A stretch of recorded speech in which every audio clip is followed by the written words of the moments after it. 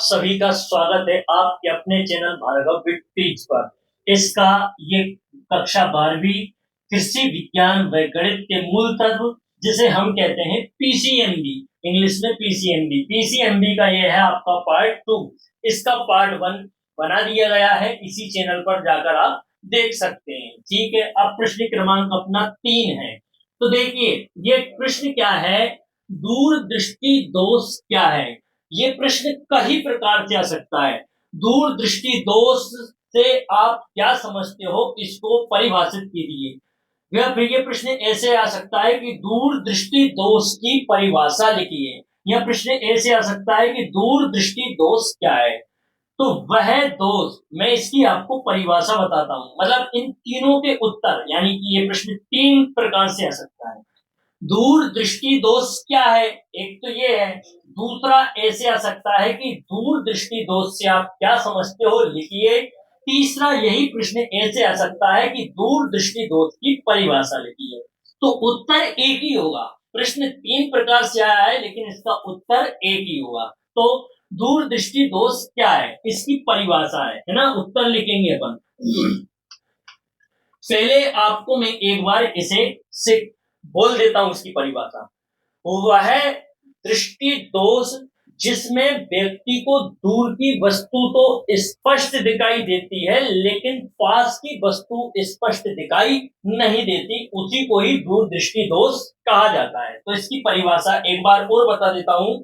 वह दोष जिसमें मनुष्य को दूर की वस्तु तो स्पष्ट दिखाई देती है, लेकिन पास की वस्तु स्पष्ट दिखाई नहीं देती। अब इसे मैं आपको लिखना बताता हूं। वह दोष, वह दृष्टि दोष, वह दृष्टि दोष जिसमें मनुष्य को, जिसमें मनुष्य को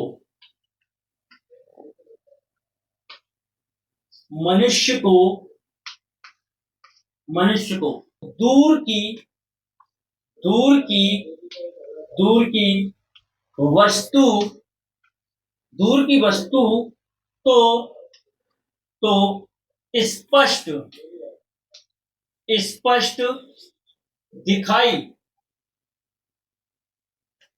देती है, दिखाई देती है, लेकिन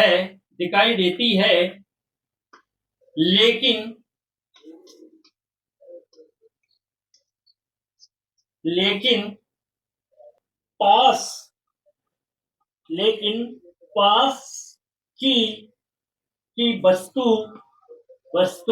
वस्तु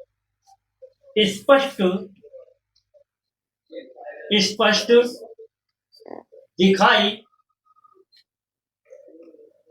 दिखाई नहीं देती, दिखाई नहीं देती है, दिखाई नहीं देती है। वह दृष्टि दोष जिसमें मनुष्य को दूर की वस्तु तो स्पष्ट दिखाई देती है, लेकिन पास की वस्तु स्पष्ट दिखाई नहीं देती, उसी को ही दूरदृष्टि दोष कहा जाता है ना। उसी को ही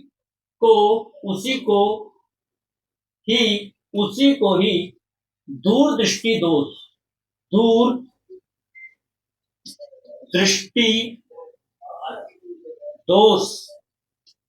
दोष कहते हैं। एक बार और मैं इसकी परिभाषा बता देता हूं। वह दृष्टि दोष जिसमें मनुष्य को दूर की वस्तु तो स्पष्ट दिखाई देती है, लेकिन पास की वस्तु स्पष्ट दिखाई नहीं देती, उसी को ही दूरदृष्टि दोष कहते हैं। अब यही प्रश्न का अगला है, दूरदृष्टि दोष के कारण लिखिए। तो अब अपन अगला प्रश्न बनाएंगे, दूरदृष्टि दोष के कारण। अब देखिए ये दूरदृष्टि दोष के कारण लिखिए, मतलब ये प्रश्न एक ही है जो अपन ने आगे किया है। दूरदृष्टि दोष किसे कहते हैं, एक ही है। लेकिन मैं आपको अलग अलग करवा रहा हूं ताकि आपको याद करने में परेशानी ना हो। मतलब प्रश्न वो भी एक ही है, उसके ही पार्ट है ये। दूरदृष्टि दोष किसे कहते हैं तथा दूरदृष्टि दोष के कारण तथा इसके निवारण लिखिए। ठीक है, ये प्रश्न ऐसे है पूरा ही प्रश्न। लेकिन दूर अब पेपर में ये अकेला भी आ सकता है, जरूरी नहीं है पूरा प्रश्न जुड़ के आए। पेपर में ये केवल इतना भी आ सकता है कि दूर दृष्टि दोष के कारण लिखिए, बस ये इतना भी आ सकता है पेपर में। और प्रश्न ये भी आ सकता है जो मैंने अभी करवाया है कि दूर दृष्टि दोष की परिभाषा लिखिए या दूर दृष्टि दोष किसे कहते हैं। ठीक है, अब दूर दृष्टि दोष के कारण लिखिए, तो दूर दृष्टि दोष के कारण निम्नलिखित हैं, है ना। सबसे पहले लिखेंगे अपन दूर दृष्टि दोष, दूर दृष्टि, दूर दृष्टि दोष, दूर दृष्टि दोष के के कारण कारण कारण निम्नलिखित हैं। कारण कारण निम्न है, कारण निम्न है, इतना ही कर लेना। ठीक है, इतना ही। अब आप दो कारण हैं इसके। पहला कारण क्या है इसका, नेत्र लेंस और रेटिना के बीच की दूरी कम हो जाने पर। क्या है पहला कारण, नेत्र लेंस और रेटिना के बीच की दूरी कम हो जाने पर। दूसरा कारण है इसका नेत्र लेंस की फोकस दूरी बढ़ जाने पर।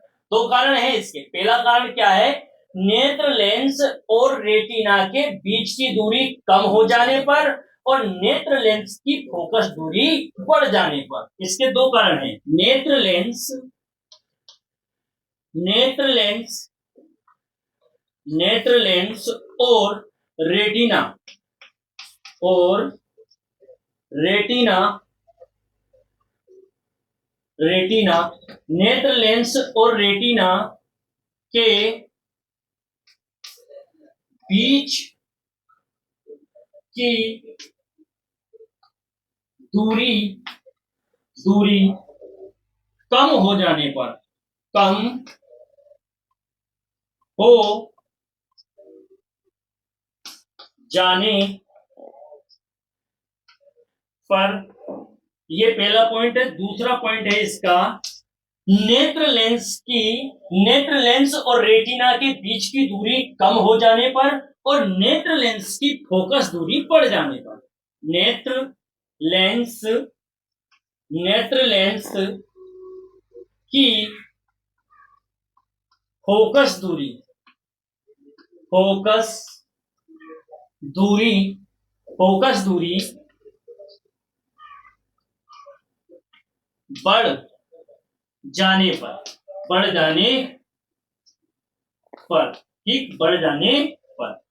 यह है आपका दूसरा पॉइंट। मैं एक बार और बता देता हूं, यह प्रश्न ऐसे ही आएगा पेपर में। दूर दृष्टि दोष के कारण लिखिए, तो आप लिखना दूर दृष्टि दोष के कारण निम्नलिखित है। नंबर एक, नेत्र लेंस और रेटिना के बीच की दूरी कम हो जाने पर, नेत्र लेंस की फोकस दूरी बढ़ जाने पर। ठीक है, आप इसे देख लीजिए। अभी अपन ने दो प्रश्न किए हैं, दूर दृष्टि दोष किसे कहते हैं, दूर दृष्टि दोष के कारण। अब अपन कर रहे हैं दूर दृष्टि दोष के निवारण। 100% मोस्ट प्रश्न है ये परीक्षा में आता ही आता है, इसलिए, है ना। तो देखना, दूर दृष्टि दोष के निवारण, तो ए से उत्तल लेंस का प्रयोग किया जाता है जिसकी फोकस दूरी, ऐसे उत्तल लेंस का प्रयोग किया जाता है जिसकी फोकस दूरी नेत्र से निकट बिंदु की दूरी के बराबर हो। बस ये इसका उत्तर हो गया। एक बार और बता देता हूं मैं, सुनिए गौर से। ऐसे उत्तल लेंस का प्रयोग किया जाता है जिसकी फोकस दूरी नेत्र के निकट बिंदु की दूरी के बराबर हो, इसी को ही क्या कहते हैं, दूर दृष्टि दोष का निवारण कहते हैं। अब मैं आपका उत्तर लिखवा देता हूं। उत्तर, ऐसे दूर दृष्टि दोष, दूर दृष्टि दोष, दोष के निवारण के लिए लिए ऐसे ऐसे उत्तल उत्तल लेंस का प्रयोग प्रयोग किया किया जाता है, जिसकी फोकस दूरी जिसकी फोकस दूरी फोकस फोकस दूरी फोकस दूरी नेत्र के निकट नेत्र के निकट निकट बिंदु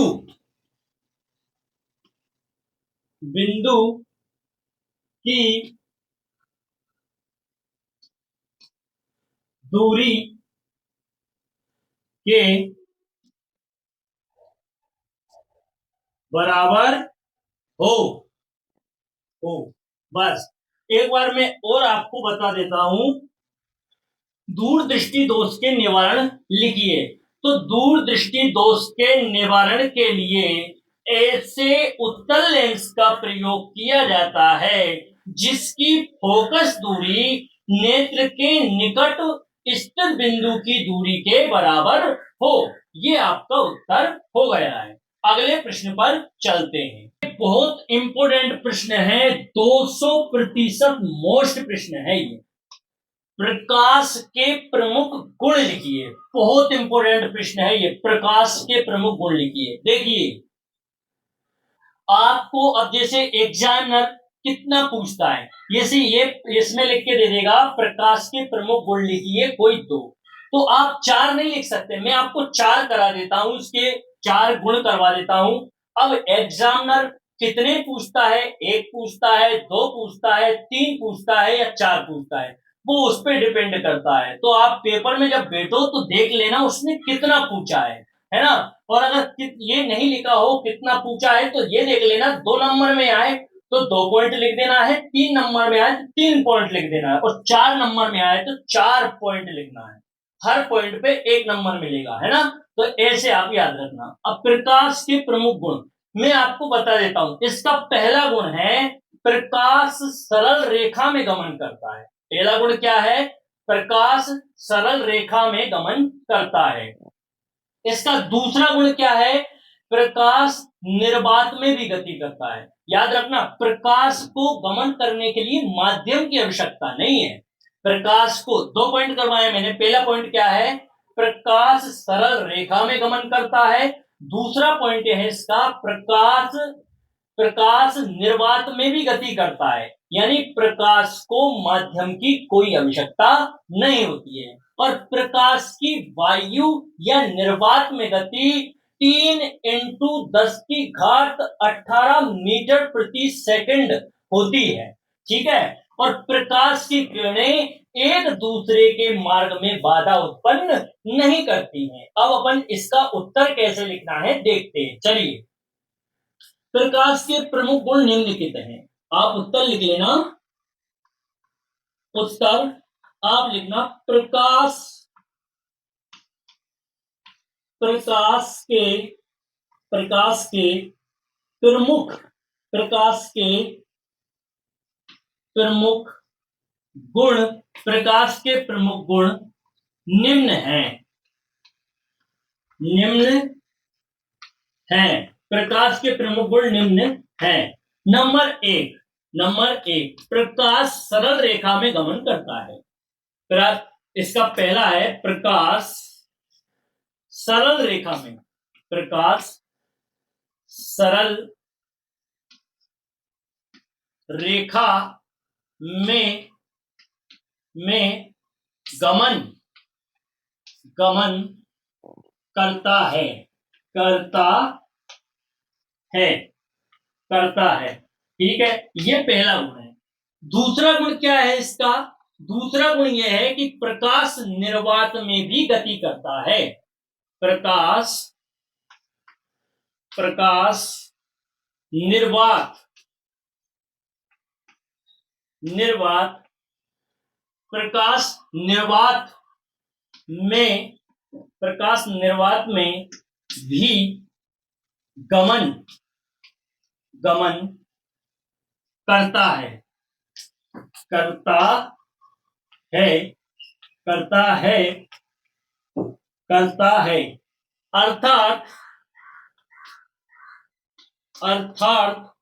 अर्थात इसे प्रकाश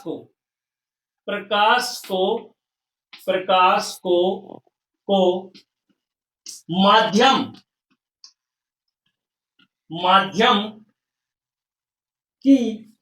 माध्यम की आवश्यकता नहीं है। आवश्यकता नहीं है। ठीक। इसका तीसरा पॉइंट क्या है? प्रकाश की वायु या निर्वात में गति 3.10⁸ प्रकाश की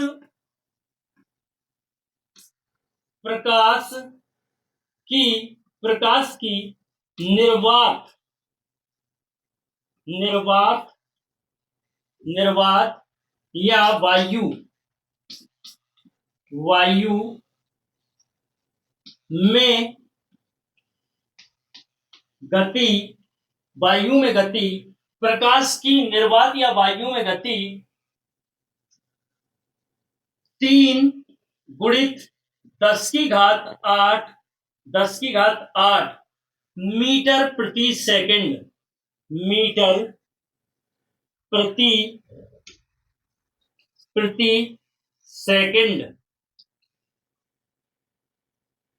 3×10⁸ मीटर प्रति सेकंड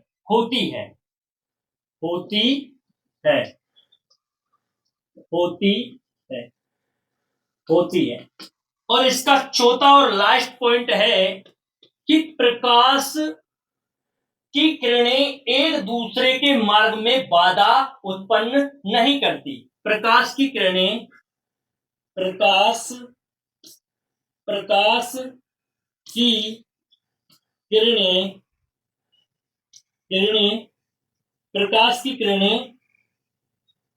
एक दूसरे के मार्ग में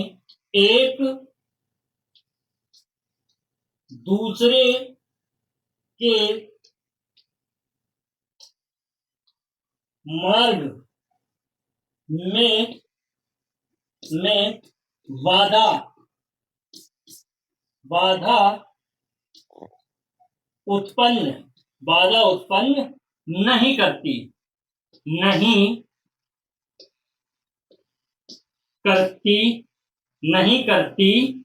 है। इंपोर्टेंट प्रश्न है, मैं एक बार और आपको बता देता हूं। प्रकाश के प्रमुख गुण लिखिए। तो प्रकाश के प्रमुख गुण निम्नलिखित है। नंबर 1, प्रकाश सरल रेखा में गमन करता है। प्रकाश निर्वात में गति करता है। प्रकाश निर्वात में भी गमन करता है। तो प्रकाश जब निर्वात में गमन करेगा तो इसे किसी भी माध्यम की आवश्यकता होगी नहीं, क्योंकि निर्वात उसी को कहते हैं जहां किसी माध्यम की आवश्यकता ना हो।